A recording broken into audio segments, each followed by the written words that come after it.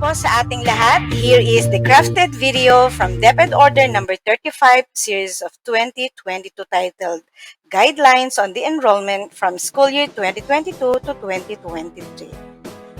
Narito po ang Enhanced Basic Education Enrollment Form or Enhanced BEEF.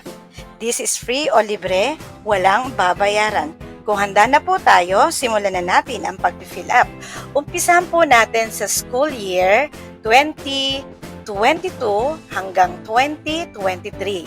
So ito po ang pag-uumpisa ng ating pagsusulat sa Enhanced Basic Education Enrollment Form. Susundan po ito ng grade level to enroll o anong grade na ang susunod na papasukan ng ating mga anak. So, grade 6 kung grade 6. And, i-check po natin ang tamang box kung siya po ay may LRN. Kung meron po, check. At kung meron naman siyang kung babalik ang grade, check po ang yes or no. Ngayon po, sundan po natin ng information ng bata o ng learner. Umpisa natin sa PSA birth certificate number. Ito po 2075 to 709. Makikita po ito sa upper part ng ating registry or certificate of live birth. Learner's number po or LRN, learner reference number, wag po kalimutan. So makikita po ito sa ating sa ID ng ating mga anak. Pwede rin po sa card at pwede rin po sa form 137. Okay? So, kapag po tapos na tayo sa learner reference number, sunod po dito ay ang paglalagay ng kompletong pangalan ng bata. Unahin po natin ang paglalagay ng last name. Ito po ay mayroong mga box. Siguraduhin po nating sakto sa box ang ating mga isusulat. Gagamit po tayo ng capital letters. At kung dalawa po ang apelyido tulad nito, pwede po tayong maglagay ng space. Huwag natin susulatan ang space. Sunod po dito ang first name o pangalan ng bata. Example po ay Juan. At ang middle name po o apelyido ng ina ay ilalagay din po natin dito. So, ang example po natin dito ay si De La Cruz Juan at ang middle name niya ay, syempre, ang pangalan ng kanyang ina ay ang apelyido ay Mitra. Okay, so ito po ang ating halimbawa. Sundan po natin ito ng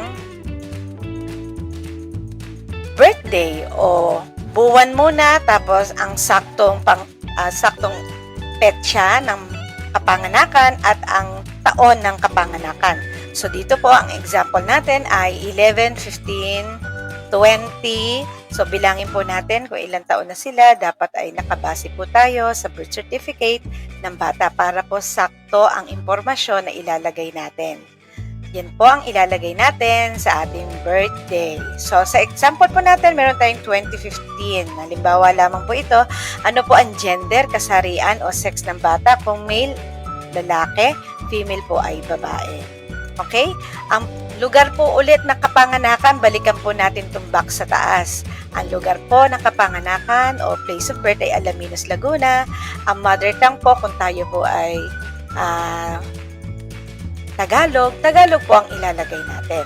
Okay? So, yung age po na andyan din, ano po ang edad. So, ngayon po sa ilalim, huwag kalimutan po ang portion na ito kasi kung tayo po ay may anak na may extension name tulad ng junior, hindi yan po natin ilalagay. Ang ating pong anak po ba ay kabilang ang ating pamilya ay kabilang sa indigenous people? So, kung no po, i-check po ang no. Kung yes po, i-check ang yes at i-specify o ilagay. Ang pamilya po ba natin ay kasama sa beneficiary ng 4-piece? Yes or no? Kung yes po, may ilalagay po tayo ditong 4-piece household ID number. So, kailangan po, maingat po tayo sa paglalagay ng household ID number. Okay po? So, check po natin ang mga detalye na kailangang ilagay dito at dapat po ay sakto sa mga box.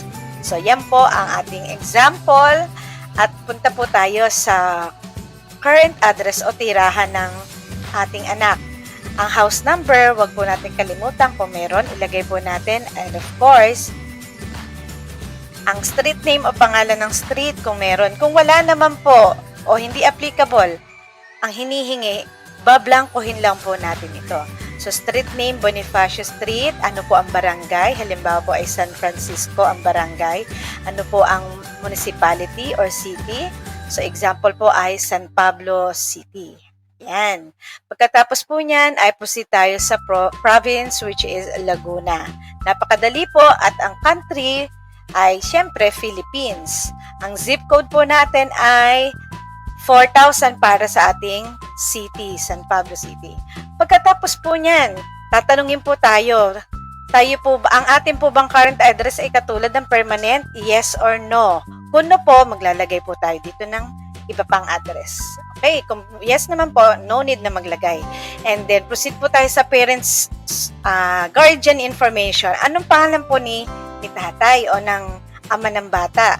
So, ilalagay po dito, unahin po natin ang last name, like let's say De La Cruz, at ang unang pangalan ay si Pedro, at ang panggit ng pangalan ay Soriano. At huwag pong kalilimutan ang contact number. Ang contact number ay pinakamahalaga din na detalye dahil dito po makokontak ng teacher ang ating mga kayo po bilang magulang at ang ating mga anak. Gayun din po ang pangalan ng ina. Mag-umpisa po tayo sa apelyido Mitra, Maria, at middle name ng ating. Kung kayo po ito, so middle name nyo po ang ilalagay. Tulad po ng nabanggit, ang contact number ay huwag kalimutan dahil importanteng detalye po ito sa enrollment ng ating mga anak. Kung kayo po ay hindi kasama o ang bata ay hindi kasama ng ama o ina, pwede po ilagay ang detalye o pangalan ng ating guardian o tagapangalaga. Pwede po lolo, lola, tiyo, tiya, kapatid na panganay. So, ilagay din po natin ang last name niya, ang first name, at syempre po, ang middle name. At tulad po ng nabanggit kanina, huwag kalilimutan ang tamang contact numbers. Yan po. So, ito po ang impormasyon na kailangan sa mga magulang at sa mga tagapangalaga. Okay. I hope po kayo po ay nakakasunod sa ating pag-fill up. Punta na po tayo sa mga balik-aral na bata at mga lilipat o magta-transfer in. Dito po sa parting ito, napakadali lang po. Ilalagay po natin anong grade ang nakompleto niya. Since mag-enroll ng grade 6, ilalagay po natin ay grade 5. Ayan, grade 5. And saan po siya huling pumasok? Dito nyo po ilalagay sa last school year at then completed pala. So, unahin po natin itong last school year completed. So, 2020 to ngayon, ilalagay nyo po dito ay 2021 to 2022. Yan po ay no isang taon. So, dito po sa portion na ito, sa may ilalim, dyan po ilalagay natin yung last school attended. Okay? So, Santa Rosa Elementary School, that is an example. And ang school ID, wag po kalilimutan. Ito po ay makikita din sa card. Sa Form 137. Okay, so yun po ang ating detalye. Ngayon po, punta naman po tayo sa mga papasok na senior high school. Importante po na mailagay natin dito ang detalye ng pag-enroll sa senior high school. So, ano pong semester, first semester, ano pong track at strand. Yan. So, napakadali lamang po ng ating para sa senior high school. Dito naman po sa sumunod ay ang preferred distance learning modality. So, ano-ano po ang papasukan or yan. Ano po ang gusto o kaya ng ating mga anak, kaya ng pamilya na itaguyod ang pag-aaral ng anak? Modular po ba? Print or digital, online, educational television, radio-based, homeschooling, blended po or face-to-face. Pwede po natin checkan kung ano po yung kaya natin. At sa huli po, meron po certification na nagpapatunay na kayo ay nagsasabi ng tama at may impormasyon po kayo na ibigay dito. So, ilagay po ang ating kompletong pangalan at syempre ang ating pirma dito. Yan po. So, meron po tayong signature over printed name at syempre, huwag kalimutan ang petsa.